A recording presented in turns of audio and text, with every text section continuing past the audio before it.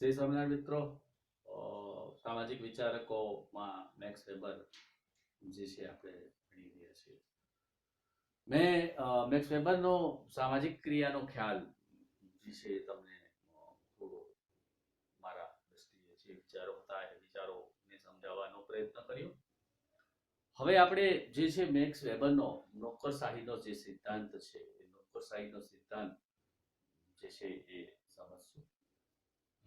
નોકરશાહીનો અર્થ max વેબરે આપેલો. હું થોડું વિડીયો છે એટલે આપણે થોડી બીજી અન્ય વાતોની કરતા થોડી આપણી જે અભ્યાસલક્ષી વાતો જે છે એને વધુ પ્રાધાન્ય આપીશ. એટલે થોડું જે પ્રકરણ છે એ લોકડાઉનના સમયમાં પણ જે છે આપણે ઝડપથી જે છે ભણી શકીએ. તમારા મગજમાં જે છે એ પરીક્ષાલક્ષી જે છે સારી રીતે તમે સમજી શકો. તમને ખબર જ છે કે કદાચ ક્લાસ વર્કમાં હું હોઉં તો આ બધી જ વસ્તુઓને વિસ્તૃત રીતે ભણાવવાનું મારી આદત છે. પણ અહીંયા પણ હું બને એટલા આપ મારી સામે જ છો એવું જ ફીલ કરીને હું તમને વિસ્તૃત રીતે ભણાવું છું. પણ અહીંયા ટુ વે કોમ્યુનિકેશનનો થોડો આપણો અભાવ છે. ત્યાં ટુ વે કોમ્યુનિકેશન હોય છે એટલે આપણે થોડા જાગૃત હોઈએ છીએ. એટલે આપણું મગજ જે છે એ ખરેખર ત્યાં ઘૂસેલું હોય છે. અત્યારે એવું પણ બને કે આપનું મગજ જે છે એ કદાચ અન્ય બાબતોમાં પણ ઘૂસેલું હોય. મગજ છે ભાઈ, અત્યારે કદાચ મારો વિડીયો જોતા હો અને મગજ જે છે અન્ય બાબતો સાથે પણ કસરતો કરતું હોય. હું અવારનવાર કહેતો જોઉં છું કે આપણું મગજ જે છે એ ઘણી બધી બાબતોમાં જે છે કસરત કરતું હોય છે. તો બીજી બધી બાબતોમાં કસરત ન કરતા પ્લીઝ આપને જે તમારો વિનમ્ર પ્રયાસ છે એ વિનમ્ર પ્રયાસમાં હું જે કહીશ એ આપ સમજવાની પ્રયત્ન કરશો. મેક્સ વેબરે આપેલો નોકરશાહીનો અર્થ અથવા વ્યાખ્યા. મેક્સ વેબરે શું કીધું છે? તો નોકરશાહીના અર્થની વ્યાખ્યામાં મેક્સ વેબરે જે લખ્યું છે, જો આપને લખવું હોય તો લખી શકો છો, આપની બુક હોય તો બુક ખોલીને આપ બેસી શકો છો. વ્યાખ્યામાં હું કોઈ ફેરફાર નહીં કરી શકું, માટે મારે બુકના જે પર્ટિક્યુલર શબ્દો છે પર્ટિક્યુલર શબ્દો જ જે છે મારે આપને આપવાના છે. મેક્સ વેબરે નોંધ્યું છે કે નોકરશાહી સંગઠન બુદ્ધિયુક્ત સિદ્ધાંતોના આધારે રચાયેલું હોય છે. નોકરશાહી હોદ્દાનો કોટિક્રમ દરજ્જામાં વહેંચાયેલ હોય છે અને હોદ્દેદારો બિનઅંગત નિયમો દ્વારા પોતાની કામગીરી કરે છે. તેમનું કાર્યક્ષેત્ર અને ફરજો પદ્ધતિસર રીતે નિર્ધારિત થયેલ હોય છે. તેમાં જન્મગત લાક્ષણિકતાઓના આધારે નહીં પણ ખાસ લાયકાતોના આધારે નિમણૂક કરવામાં આવે છે. મેક્સ વેબરનો નોકરશાહી સિદ્ધાંતની જે વાતના કેટલા ફાઇન્ડ આઉટ કરેલા શબ્દો.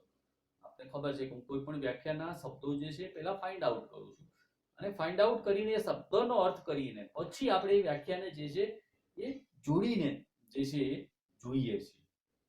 તો મેક્સ વેબરે શું કીધું નોકરશાહી?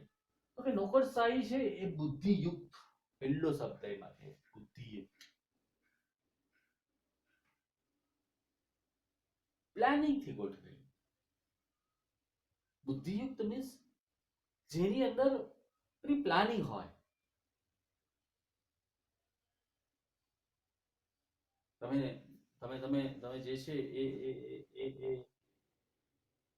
કોઈ પણ કાર્ય કરો ને, કોઈ પણ કાર્ય, ધારો કે તમે મકાન બનાવો છો, તો એ મકાન બનાવવા માટે તમારી પાસે પ્લોટ છે, પ્લોટની અંદર તમારે મકાન બનાવવું છે. તો એ મકાન બનાવવા માટે તમે કઈ વસ્તુ ક્યાં બનાવશો એ તો કાં તમે ડિસાઈડ કરો અને કાં એક સ્ટ્રક્ચર એન્જિનિયર આર્કિટેક્ટને રાખો જે તમારો નકશો તૈયાર કરી આપે. પ્લાનિંગ, જેને આપણે પ્લાનિંગ કહીએ છીએ.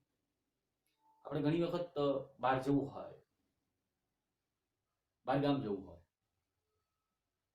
તો ક્યાં જવું છે, કેટલા વાગે જવું છે, કઈ બસમાં જશું, કયા વાહનમાં જશું, કેટલા વાગે પહોંચશું, આ બધું ફિક્સ હોય છે કે નહીં? કે એમ જ ઘરેથી નીકળી ગયા, ચલો હવે જ્યાં મજા આવે ત્યાં જોઈ જશે, એવું હોય છે? નો. તો જો આ પ્રક્રિયાને કેવી પ્રક્રિયા કહીશું? બુદ્ધિયુક્ત પ્રક્રિયા. બુદ્ધિયુક્ત એટલે શું? એના ઉદાહરણો મેં તમને આપ્યા કે આપણું કોઈ પણ કાર્ય જે છે એ વેલ પ્લાન બુદ્ધિયુક્ત હોય છે. આપણે માણસ જે છે એ પોતાની કોઈ પણ વસ્તુ સામાજિક ક્રિયાની વાત મેં આગલા વિડીયોમાં કરી. અરે આપણે મૃત્યુ પર્યંતની વિધિમાં પણ બુદ્ધિયુક્ત રીતે જઈએ છીએ. આપણે કોઈની ખબર કાઢવા માટે પણ બુદ્ધિયુક્ત રીતે જઈએ છીએ. એમાં પણ આપણી બુદ્ધિ જે છે એ ચાલે છે. તો નોકરશાહી જે છે એ બુદ્ધિયુક્ત હોદ્દાનો કોટિક્રમ. હોદ્દા નોકરશાહીની અંદર પિરામિડ ટાઈપની નોકરશાહી હોય છે. એમાં ચોક્કસ કોટિક્રમ હોય છે. લાઈક ઉપરી અધિકારી, એની નીચેનો અધિકારી, એની નીચેનો અધિકારી.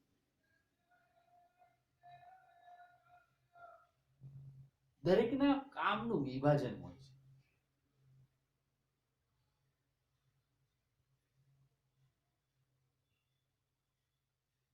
આપણે સ્થાનિક સ્વરાજની ચૂંટણીઓ ગઈ હમણાં. સ્થાનિક સ્વરાજની ચૂંટણીઓમાં આપણે જે પસંદ કર્યા, નગરપાલિકા, મહાનગરપાલિકાની ચૂંટણીઓ ક્યાંક હતી, એમાં આપણે જે તે પક્ષને પસંદ કર્યા, પેક્સે પોતાના મેયર પણ પસંદ કરી લીધા. હવે એ નગરપાલિકા અને મહાનગરપાલિકાનું જો સ્ટ્રક્ચર જોવામાં આવે, માળખું જોવામાં આવે, તો એ માળખામાં આવું કંઈક જોવા મળશે તમને. તો કે શું હોય? જસ્ટ લાઈક હું તમને એક ઉદાહરણ માટે કહું કે એમાં સરકાર દ્વારા કમિશનર, મ્યુનિસિપલ કમિશનર મૂકવામાં આવે. જે હોદ્દાની રૂએ પ્રથમ છે. ત્યાર પછી પ્રજા દ્વારા ચૂંટેલો પ્રતિનિધિ, જે મેયર, જેને આપણે મેયર કહીએ છીએ, હોદ્દાની રૂએ દ્વિતીય છે. પછી નીચે ઘણી બધી વસ્તુઓ આવશે, ઘણી બધી કમિટીઓ આવશે, ઘણા બધા લોકો આવશે, એના પ્રમુખો આવશે. તો આ બધી જ વસ્તુઓ શું થયું? બુદ્ધિયુક્ત અને હોદ્દાઓનો કોટિક્રમ. ત્રીજી વસ્તુ એને નોકરશાહીમાં શું કીધી? બિનઅંગત નિયમો. નોકરશાહીની ત્રીજી વાત, નોકરશાહીમાં નિયમો જે છે એ બિનઅંગત, એટલે કે આપણા હોતા નથી. નોકરશાહીમાં નિયમો જે છે એ અંગત હોતા નથી. એમાં નિયમો જે છે એ બનાવેલા હોય છે, જે બધાને લાગુ પડે. બિનઅંગત. ચોથી વાત શું કીધી? જન્મગત લાક્ષણિકતાઓને આધારે નહીં, લાયકાતના આધારે. મિત્રો આ જન્મગત ની વાત જ્યારે હું આપની સાથે કરી રહ્યો છું ત્યારે કદાચ આપણે બધાએ સૌએ મૂવી જોયું હતું સુપર 30. સુપર 30 માં એક સરસ મજાનો ડાયલોગ હતો કે અબ રાજા કા બેટા રાજા નહીં બનેગા. ऋतिक रोशन द्वारा बोलाયેલો સરસ મજાનો ડાયલોગ કે રાજા કા બેટા રાજા નહીં બનેગા, अब और भी राजा बनेगा. નોકરશાહીમાં જન્મગત લાક્ષણિકતા, આપણે ત્યાં નોકરશાહીનું જ્યારે પ્રભુત્વ નહોતું ત્યારે જન્મગત લાક્ષણિકતાઓ ના આધારે પદ મળી જતું. પણ ડોક્ટર બાબા સાહેબ આંબેડકર ના ખૂબ જ પ્રયાસોથી લાયકાતના આધારે કોઈ પણ વ્યક્તિ કોઈ પણ સ્ટેજમાં જે છે એ જઈ શકે છે, કોઈ પણ કોટિક્રમમાં જઈ શકે છે. એક એસસી નો વ્યક્તિ અથવા એક એસસી નો વ્યક્તિ અથવા એક એસટી નો વ્યક્તિ આજે કમિશનર બની શકે છે. That's all. તો જન્મગત લાયકાતના આધારે, જન્મગતના જે છે લાક્ષણિકતાઓના આધારે નહીં, પરંતુ એની લાયકાતના આધારે જે સ્ટ્રક્ચર રચાયેલું છે એને આપણે નોકરશાહી કહીએ. આ નોકરશાહીની વ્યાખ્યા. તો કે નોકરશાહી છે શું? નોકરશાહી તમને એમ થાય નોકરશાહી શું કામ સમજી છીએ આપણે? એનું એનું એનું ડિસ્પ્લેસમેન્ટ પછી કરવાનું જ તમારી જોડે. તમને કદાચ એવું થાય સાલવા મેક્સ વેબર એક સામાજિક ક્રિયા તો ઠીક છે સર સમજાય, પણ આ નોકરશાહી વસ્તુ શું કામ આપણે સમજીએ છીએ? ઇકોનોમિક્સ અર્થશાસ્ત્રી હતા અને અર્થશાસ્ત્રી હોવાના કારણે આપણું આપણું જે સ્ટ્રક્ચર છે નોકરશાહીનું, આપણે જ્યારે બજારને સમજશું, આપણે બજાર સાથે જોડાયેલા લોકોને સમજશું, જ્યારે આપણે એક ઇન્ડસ્ટ્રીને સમજશું, જ્યારે આપણે એક એચઆર તરીકે કામ કરશું. મિત્રો ઘણા બધા સોશિયોલોજિસ્ટ એચઆર તરીકે કામ કરે છે, માત્ર એમએસડબલ્યુ એચઆર હોય એવું નથી. ત્યારે એવા સંજોગોમાં મેક્સ વેબરની જે નોકરશાહીની જે પદ્ધતિ, જે સિસ્ટમ છે, એ સિસ્ટમને જો તમે સમજેલી હશે તો કદાચ મને એવું લાગે છે કે બહુ બહુ બધી કામ લાગશે. મેં એમએસડબલ્યુ પણ ભણાવેલું છે, બીએસડબલ્યુ પણ ભણાવેલું છે, એની અંદર પણ નોકરશાહી ભણાવેલી છે. ઔદ્યોગિક સમાજશાસ્ત્ર આપણે આગલા સેમિસ્ટરમાં જે છે ભણી ગયા, ઔદ્યોગિક સમાજશાસ્ત્રમાં પણ આપણે ક્યાંક નોકરશાહીની વાત જે છે કરી ગયા. ઇન્ડસ્ટ્રી સમાજશાસ્ત્ર, ઇન્ડસ્ટ્રી સમાજશાસ્ત્રને જો સમજવું હોય તો મેક્સ વેબર પણ આપણે સમજવું પડશે. મેક્સ વેબરની થિયરી આપણે જે છે સમજવી પડશે. અને એટલા માટે જ જે છે એ મેં આપની સાથે નોકરશાહી ચર્ચાઓ જે છે એ બહુ સારી રીતે કરવાનું વિચાર્યું છે. આપણે વ્યાખ્યા જે છે એ બહુ સારી રીતે સમજાણી છે. નોકરશાહી એટલે શું, હું એના કેટલાક લક્ષણો જે છે એ પણ તમને કરાવી આપું છું. વ્યાખ્યા જે છે એ આપને સારી રીતે આઈ હોપ કે સમજાઈ ગઈ હશે.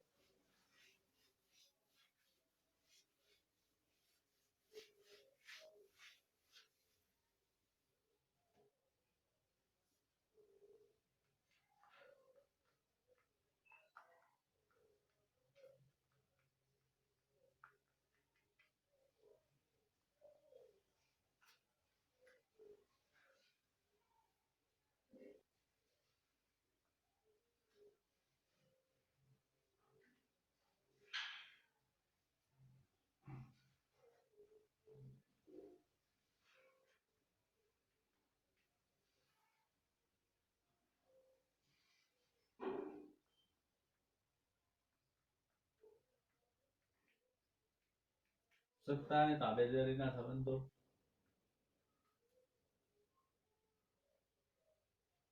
લેખિત દસ્તાવેજો, લેખિત દસ્તાવેજો,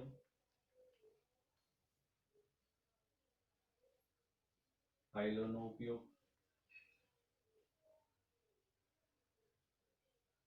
અને જાળવણી, નિષ્ણાંત તાલીમ,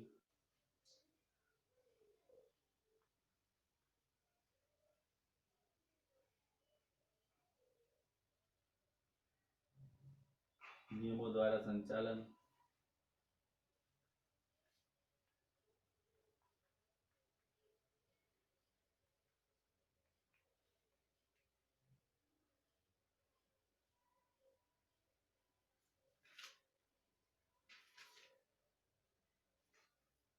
કેટલાક એના જે છે એ નોકરશાહીના લક્ષણો છે, એને આપણે જે છે ટૂંકમાં એની ચર્ચાઓ જે છે કરી લઈએ.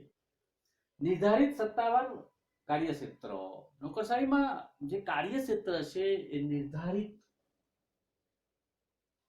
હોય છે, સત્તાવાર હોય છે. તમારે શું કરવાનું છે, કેટલું કરવાનું છે, કયા પ્રકારે કરવાનું છે, કેટલા ટાઈમ કરવાનું છે, અને એના બદલામાં તમને શું મળશે વળતર, નિર્ધારિત હોય છે.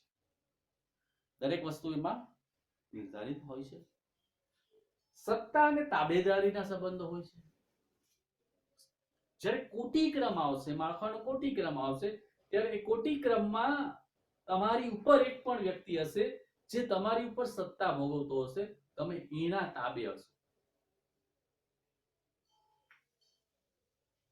ઇન્ડસ્ટ્રી હોય તો ઇન્ડસ્ટ્રીના માલિક હોય, માલિક નીચે મેનેજર હોય, મેનેજર નીચે એચઆર હોય, એચઆર નીચે સેકન્ડ ક્વોલિટી કંટ્રોલ હોય, ક્વોલિટી કંટ્રોલ નીચે મજૂર હોય, મજૂરની નીચે મજૂરના પણ કદાચ પેટા કોન્ટ્રાક્ટર હોય તો એનો એનો એનો બોસ પણ હોય. સત્તા અને તાબેદારી દરેક એકબીજાની સાથે જોડાય. નોકરશાહીમાં સત્તા અને તાબેદારીના સંબંધો જોવા મળે. સંબંધોનો પ્રકાર કેવો છે નોકરશાહી? Yes boss. કોલેજનું સ્ટ્રક્ચર હોય તો મેનેજિંગ ટ્રસ્ટી હોય, પછી પ્રિન્સિપાલ હોય, ઓએસ હોય, અને નીચે બીજા બધા લોકો જોડાયેલા હોય. એક અધ્યાપક તરીકે હું કામ કરતો હોઉં ત્યારે પ્રિન્સિપાલ છે એ મારા બોસ છે, અને પ્રિન્સિપાલ તરીકે જ્યાં હું કામ કરતો હોઉં તે મારી નીચે જે સ્ટાફ કરે છે એનો બોસ હું છું. ત્યાં અને અહીંયા બંનેમાં મારું વર્તન જે છે મારે જુદું કરવાનું છે. બંનેમાં મારી ક્રિયા પણ જુદી હશે, કારણ કે સત્તા અને તાબેદારી. લેખિત દસ્તાવેજોનો ફાઇલોનો ઉપયોગ અને જાળવણી. નોકરશાહીમાં સૌથી અગત્યની વસ્તુ એ છે કે લેખિત દસ્તાવેજોનો ઉપયોગ. તમે જે કામ કરો છો એ કામનું મૂલ્યાંકન, એ કામનું જે સંચય છે એ સંચયનો ઉપયોગ, સંચય કરવામાં આવે છે, એને એને એને ગણવામાં આવે છે અને મૂકવામાં આવે છે. એનો ફાઇલોનો ઉપયોગ કરવામાં આવે. નિષ્ણાંત તાલીમ. નોકરશાહીમાં દરેક કોટિક્રમમાં તમારે જ્યારે જવું હોય ત્યારે ચોક્કસ પ્રકારની તાલીમ જે છે લેવામાં આવે છે. તાલીમ વગર વસ્તુ શક્ય નથી. નિયમો દ્વારા સંચાલન. નોકરશાહી છે એ નિયમો દ્વારા સંચાલન થતી વસ્તુ છે. આજે કોલેજનું સ્ટ્રક્ચર હોય, આજે કોલેજ ચાલુ હોય તો એ કોલેજમાં ચોક્કસ પ્રકારના નિયમો, કેટલા વાગે પ્રોફેસરને આવવાનું, કેટલા વાગે જવાનું, તમારી માસ્ટરમાં હાજરી પૂરવાની, તમારે રિસર્ચ દરમિયાન આ કરવાનું, આ નહીં કરવાનું, અહીંયા બેસવાનું, અહીંયા નહીં બેસવાનું, આ જ વસ્તુ કરવાની, આ વસ્તુ નહીં કરવાની, વટેવર. એક ચોક્કસ પ્રકારનું સ્ટ્રક્ચર હોય છે. જે સ્ટ્રક્ચર દ્વારા, એટલે કે જે એ નિયમો દ્વારા જે છે એ આખા માળખાનું જે છે એ સંચાલન જે છે થાય છે. તો તેનું નિયમો દ્વારા સંચાલન. આ નોકરશાહીના કેટલાક અગત્યના જે છે એ લક્ષણો મેક્સ વેબરે જે આપેલા છે એની આપણે જે છે ચર્ચાઓ કરી. નોકરશાહીનો અર્થ શું છે એની પણ ચર્ચા કરી. હવે નોકરશાહીમાં પદાધિકારીનું સ્થાન કેવું હોય છે એની વાત આપણે પણ આ જ લેક્ચરમાં જે છે કરીશું.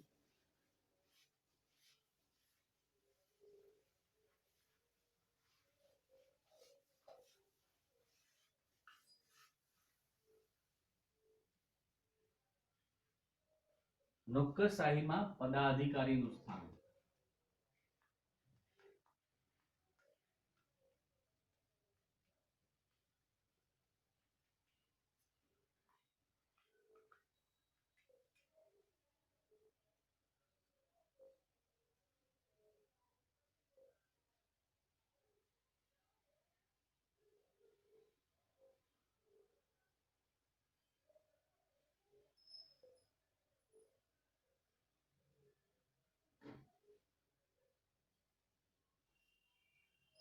પહેલું, વફાદારીનું બિનઅંગત સ્વરૂપ.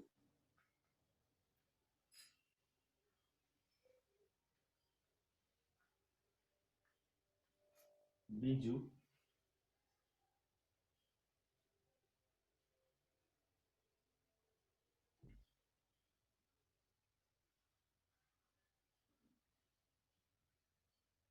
સ્થાનની ઢબનું નિર્માણ. સ્થાનની ઢબનું નિર્માણ. ત્રીજું,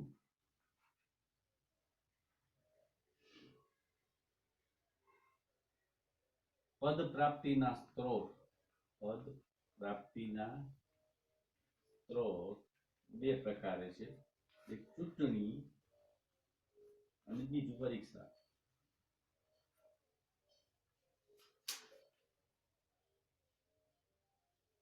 ચોથું, એની ચોક્કસ અવધિ. અવધિ એટલે કે સમય, એને મળતો પગાર.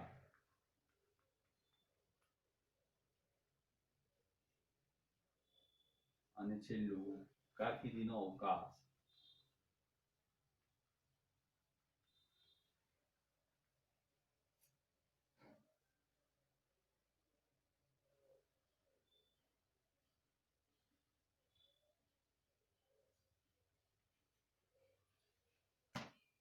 નોકરશાહીમાં પદાધિકારી કોટિક્રમ જે છે, કોટિક્રમમાં જે પ્રકારના અધિકારીઓ આવે છે, એ અધિકારીઓનું સ્થાન કેવું છે એ મેક્સ વેબરે જણાવ્યું છે. તો વફાદારીનું બિનઅંગત સ્વરૂપ. મિત્રો, નોકરશાહી છે એ પાર્ટ ઓફ પ્રોફેશનલ છે. પાર્ટ ઓફ પ્રોફેશનલમાં તમારે તમારા કામના બદલામાં ચોક્કસ પ્રકારે એક વળતર લેવાનું છે. એટલે કે તમારે એમાં કામ પૂરું થયું, ધેટ્સ ઓલ, તમે ત્યાંથી છૂટા થયા, ઘરે ગયા. બિનઅંગત એટલે કે તમારો જે સામાજિક સંબંધ છે, ધારો કે કોઈ પદાધિકારી છે, એ પદાધિકારીનો બીજા પદાધિકારી સાથે, ઉપરી અધિકારી સાથે જે સંબંધ છે, અથવા ડાયરેક્ટ માલિક સાથે જે સંબંધ છે, ધારો કે કોઈ મેનેજર છે, તો મેનેજરનો માલિક સાથેનો સંબંધ જે છે એ હંમેશા સામાજિક અથવા ઘર જેવો હશે, એ કોઈ દિવસ બની શકે નહીં. હોય કોઈ કેસમાં હોય, પણ એવું હોતું નથી. એમાં વફાદારીનું સ્વરૂપ કેવું છે? બિનઅંગત. આપણે ઘણી વખત આપણે કહીએ છીએ, કદાચ હજી આ વાત હું જે હું કહેવા જઈ રહ્યો છું કદાચ તમારા મગજમાં હજી નહીં બેસે, પણ ઘણી વખત એવું કહીએ આપણે કે આપણું પોતાનું હોય ને યુનિટ, ત્યારે આપણે જે મહેનત કરીએ અને બીજાના યુનિટમાં આપણે જ્યારે કામ કરીએ, આમાં બેમાં બહુ મોટો ડિફરન્સ હોય છે. આવું મેં ઘણા બધા લોકો જોડે સાંભળેલું છે. ઘણા બધા લોકોએ આવું કર્યું હોય મેં ફીલ પણ કરેલું છે. જ્યારે યુનિટમાં કામ કરતા હોઈએ ત્યારે ધારો કે આપણે 1 કલાક વધુ કામ કરીએ ને ત્યાં, તો બીજા લોકો આવીને એવું કહે કે ક્યાં તારી ઘરની સંસ્થા, ચલ ને ત્યાંથી નીકળ ને ભાઈ, 1 કલાકના તારે શું આપવાના.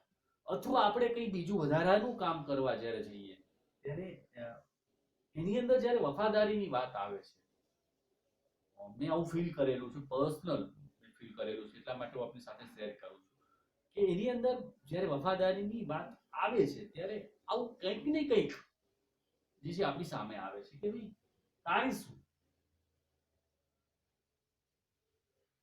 વફાદારીનું. ટુ બી પ્રોફેશનલ, તમને એટલા પૈસા મળે છે, એટલા ટાઈમના એટલું જ કામ કરો, ધેટ્સ ઓલ. બીજું, સ્થાનની ઢબનું દૂર. સ્થાનની પેટર્ન, ઢબ એટલે પેટર્ન. એ સ્થાનની પેટર્ન એને શું મળશે, કેવા પ્રકારનું સ્થાન ભોગવશે, કેવા પ્રકારની સુવિધાઓ મળશે, આની એક પેટર્ન ગોઠવાયેલી હોય છે. ક્લાસ 1 ને શું મળશે, ક્લાસ 2 ને શું મળશે, ક્લાસ 3 ને શું મળશે, ક્લાસ 4 ને શું મળશે. કદાચ હજી આ ઇન્ડસ્ટ્રીની જ્યારે તમે મુલાકાત લેશો, ઇન્ડસ્ટ્રીની અંદર જ્યારે તમારે કામ કરવાનું થશે, અથવા કોઈ સરકારી ડિપાર્ટમેન્ટની અંદર જ્યારે તમારે કોઈ કામ કરવાનું થશે, ત્યારે આ જે મારી વાત છે એ તમને બહુ સારી રીતે જે છે સમજાશે. પદ પ્રાપ્તિના સ્ત્રોત. નોકરશાહીમાં પદ પ્રાપ્તિના 2 સ્ત્રોત છે, ચૂંટણી અથવા એક્ઝામ. તમે હમણાં કીધું કે મહાનગરપાલિકાની ચૂંટણી ગઈ તો એમાં કમિશનર જે છે, મહાનગરપાલિકા કમિશનર, એ બોસ, ઓલ ધ બોસ, સિટીનો બોસ કહેવાય. જિલ્લા કમિશનર છે, જિલ્લાનો બોસ કહેવાય. પણ એને એ પદ પ્રાપ્ત કરવા માટે શું કરવું પડશે, તો કે પરીક્ષા આપવી પડશે, માઇનસ સ્પર્ધાઓ કરવી પડશે, પરીક્ષાઓ આપવી પડશે, ઇન્ટરવ્યુ આપવા પડશે, ત્યારે પદ ઉપર પહોંચી શકશે. જ્યારે મેયર છે, સેકન્ડ પદ ઉપર મેયર, આપણે મેયરને પણ એટલું પ્રથમ નાગરિક ગણીએ છીએ. મેયર છે, એ મેયરને એ પદ સુધી પહોંચવા માટે શું કરવું પડશે, તો કે ઇલેક્શનમાં, જે હમણાં જ આપણે ગયા ઇલેક્શનમાં પ્રચાર પ્રસાર, બધા લોકોને રાજી રાખવા, વોટ એકત્ર કરવા, પછી એના કેન્ડિડેટની સંખ્યા વધારવી, કેન્ડિડેટ ભેગા થાય પછી એ જે છે એને પાછું બધું ભેગું કરવું ને આ પ્રોસેસમાંથી પસાર થવું પડશે. અવધિ અને સમય, દરેક પદાધિકારીની અવધિ અને સમય. પરીક્ષા દ્વારા છે એને રિટાયરમેન્ટનો સમય છે, ચૂંટણી દ્વારા જે છે એની ચોક્કસ અવધિ છે. આપણે ત્યાં 5 વર્ષ કોઈ પણ અધિકારીની અવધિ આપણે ત્યાં 5 વર્ષ, ચૂંટણી દ્વારા જે પસંદ થયેલા છે એમાં 5 વર્ષ. મેયરમાં પણ પાછું તમને જો ખબર હોય તો અઢી વર્ષના 2 ટુકડા હોય મહાનગરપાલિકા, એમાં પણ અનામતનું 2.5 વર્ષ આ 2.5 વર્ષ આ, એવું તમને વિશેષ પ્રકારનું જ્ઞાન હશે તો ખબર હશે. બીજું, એ કામના બદલામાં ચોક્કસ પગાર, કામના બદલામાં ચોક્કસ પ્રકારનો પગાર. અને છેલ્લું કારકિર્દીનો અવકાશ. બદલામાં તમે તમારી કારકિર્દી જે છે એને એક સ્ટેજમાંથી બીજા સ્ટેજમાં લઈ જઈ શકો, બીજા સ્ટેજમાંથી ત્રીજા સ્ટેજમાં, એટલે કે અપ જે છે એ જઈ શકો છો. નોકરશાહીમાં એવું નથી કે તમે નીચે છો તો નીચે જ રહેવાના. તમારે જો કારકિર્દી બનાવી છે એમાં તો મેનેજર, ડેપ્યુટી મેનેજરમાંથી મેનેજર, એનાથી પણ આગળ, એનાથી પણ આગળ, એનાથી પણ આગળ. તમે તમારી સ્કિલ દ્વારા, તમે તમારી મહેનતની સ્કિલ દ્વારા અથવા ચૂંટણી દ્વારા આગળ જઈ શકો છો. That's all. તો આ પદાધિકારીનું નોકરશાહીમાં આ પ્રકારે મેક્સ વેબરે જે છે એ કંઈક સ્થાન આપેલું છે.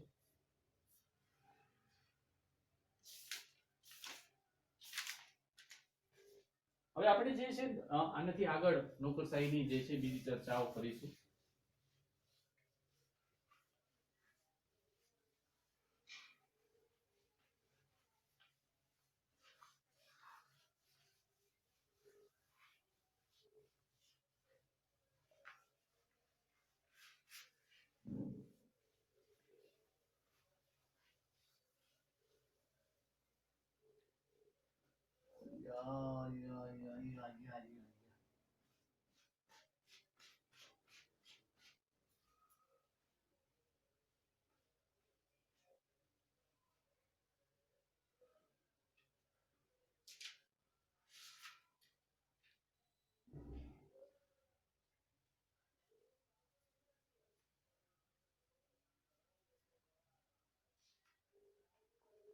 નોકરશાહી નિયંત્રણના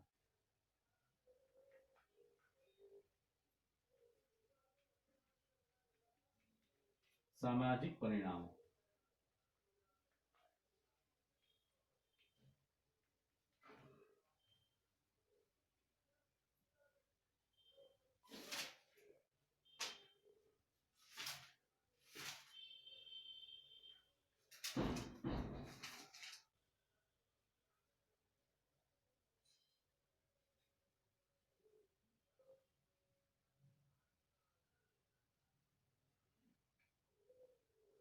આ પહેલું.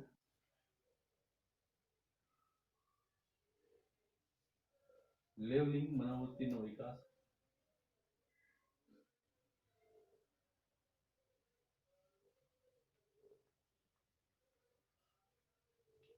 બીજું,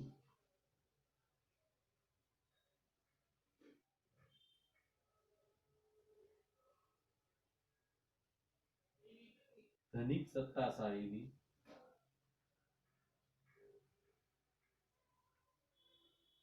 મનોવૃત્તિને ઉત્તેજન. બિનઅંગત સ્વરૂપની લાગણી.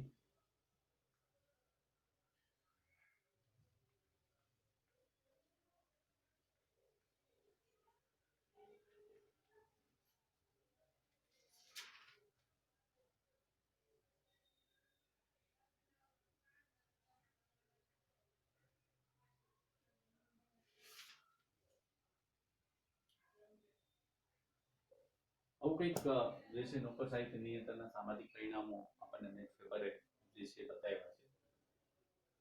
લેવલિંગ મનોવૃત્તિ એટલે એની અંદર તમારે જે છે એ કાર્યકુશળ વ્યક્તિની જરૂર પડશે, અને કાર્યકુશળ વ્યક્તિ માટે આપણે જે છે તાલીમની જરૂર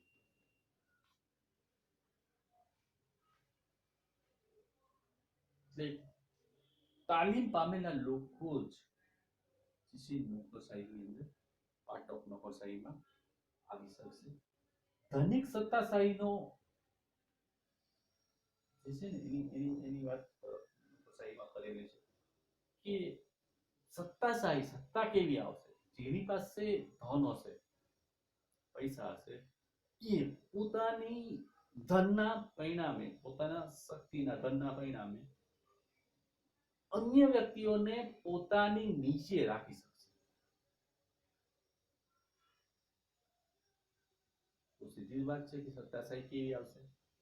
ધનિક સત્તાશાહી આવશે. લોકશાહીનું પરિણામ એવું આવશે કે જે લોકોની પાસે ધન છે, પૈસા છે, એ કદાચ બુદ્ધિ નહીં હોય, પણ બુદ્ધિપૂર્વકના કાર્યો કરી શકશે. મિત્રો, મારે આ વાતને તમને સમજાવવા માટે બહુ સરસ મજાની વાત કરવી પડે કે ભાઈ હરિકૃષ્ણ ડાયમંડ ઇન્ડસ્ટ્રીઝ સુરત, એના જે માલિક સવજીભાઈ ધોળકિયા, કદાચ આપણે સૌએ નામ સાંભળ્યું હશે, એ હરિકૃષ્ણ ડાયમંડ ઇન્ડસ્ટ્રીના માલિક સવજીભાઈ ધોળકિયા પોતે માત્ર ને માત્ર 4 ધોરણ સુધી ભણેલા છે. એના ઇન્ટરવ્યુમાં એને પોતે કીધેલું છે કે હું માત્ર ને માત્ર 4 ધોરણ સુધી જે છે મારો અભ્યાસ થયો. મને અભ્યાસ કરવો ગમતો નહોતો અને હું અભ્યાસ છોડીને અમરેલી બાજુનું મૂળ એનું લાઠી પાસેનું વતન, અને અભ્યાસ છોડીને હું ભાગ્યો સુરતમાં. અને ત્યારે હીરાનું જે છે એ બહુ મોટું ચલણ, અને એમના કાકાની પ્રેરણાથી એમણે આ ધંધામાં ઝંપલાવ્યું, વ્યવસાયમાં ઝંપલાવ્યું. અને વ્યવસાયમાં એની જે કોઠાસૂઝ છે, એ કોઠાસૂઝને કામે લગાડી અને વિશ્વના દેશો સાથે વ્યવહારો કર્યા. હરિકૃષ્ણ ઇન્ડસ્ટ્રીઝ સુરતની સૌથી મોટી ઇન્ડસ્ટ્રીઝ છે કે જેની અંદર સૌથી બૌદ્ધિક લોકો કામ કરી રહ્યા છે. સવજીભાઈ ધોળકિયાની નીચે આજે એક 4 ધોરણ ભણેલા વ્યક્તિની નીચે MBA થયેલા મિત્રો કામ કરી રહ્યા છે. મિત્રો, આ ઘટના શું સૂચવે છે? મિત્રો, આની પહેલા પણ એક એવી ઘટના હતી કે મારે બહુ દુઃખ સાથે કહેવું પડે છે કે આપણા જે વાહન વ્યવહાર મંત્રી હતા ગુજરાતના, એ વાહન વ્યવહાર મંત્રી 4 ધોરણ ભણેલા હતા. જ્યારે RTO ના નિયમ પ્રમાણે તમારે જો લાયસન્સ કઢાવવું હોય તો 8 ધોરણ ભણવું કમ્પલસરી. મિત્રો, આ નોકરશાહી, ધનિક સત્તાશાહીનો ઉદ્ભવ. જેમની પાસે ધન હશે એ 2 પ્રકારે. RTO ની જે મેં વાત કરી, ચૂંટણી દ્વારા ગયા હતા. અને સવજીભાઈની વાત કરું તો એ પોતાની કાર્ય કુશળતાઓને ધનના કારણે એ ધંધામાં આગળ વધતા ગયા. આજે બહુ મોટી ઇન્ડસ્ટ્રીના માલિક છે હરિકૃષ્ણ ઇન્ડસ્ટ્રી. એટલે પોતાનું ખાનગી તળાવ, પોતાનું ખાનગી બોટ, અમરેલીમાં બહુ મોટો વિકાસ થયેલો, 100 દીકરીઓના લગ્ન કરાવે છે, સમૂહ લગ્નો કરાવે, એવડો મોટો માલિક છે. પોતાના કામદારોને દર વર્ષે ગિફ્ટમાં કાર આપે છે દિવાળી, પોતાના મેનેજરોને. એને ત્યાં જે કામ કરતા વ્યક્તિઓ છે, હું ત્યાં જઈ આવ્યો, હરિકૃષ્ણ ઇન્ડસ્ટ્રીની મુલાકાત લઈ છું. એને ત્યાં કામ કરતા લોકો MBA છે, MBA થી પણ વધુ અભ્યાસ વાળા, PhD, ડોક્ટરેટ. ધનિક સત્તાશાહી. એનો બોસ કોણ? જો, કોણ બોસના સ્થાને હોવું જોઈએ, પણ બોસ કોણ છે? જેની પાસે ધન છે એ બોસ છે. આ પરિણામ છે નોકરશાહીનું. આવું પરિણામ પણ આવી શકે. તો આ બાબત પણ મેક્સ વેબરે એ સમજી. બિનઅંગત સ્વરૂપની લાગણી, મેં આની પહેલા પણ કહી આપ્યું કે નોકરશાહી એની અંદર બિનઅંગત સ્વરૂપની લાગણી. જૂજ કિસ્સામાં, બહુ જ ઓછા કિસ્સામાં જે લાગણીનું સ્વરૂપ જોડાયેલું હોય છે, સંગત, જૂજ જૂજ 10%, ઓનલી ફોર 10%. અંગત સ્વરૂપની લાગણી જે છે હોય છે, બાકી મોટા ભાગના કિસ્સામાં બિન અંગત સ્વરૂપની લાગણી જે છે એ જોવા મળે છે. તો આ મેક્સ વેબરનો જે છે નોકરશાહીનો સિદ્ધાંત અને સામાજિક ક્રિયાનો સિદ્ધાંત જે છે મેં તમને ભણાવ્યો. મેક્સ વેબરના જીવન વિશે મેં તમને થોડી જે છે વાતો કરી. આઈ હોપ કે આપને મજા આવી હશે. નેક્સ્ટ વિડીયોમાં આપણે જે છે મેક્સ વેબરનો અન્ય જે સિદ્ધાંત છે એ અન્ય સિદ્ધાંત સમજવાની જે છે એ ટ્રાય કરશું. બને ત્યાં સુધી હું તમને જેટલું મારાથી સહેલું થાય એટલું કરીને સમજાવવાની પ્રયત્ન જે કરીશ. ત્યાં સુધી આપની વચ્ચેથી જય હિન્દ, જય ભારત, જય સ્વામિનારાયણ.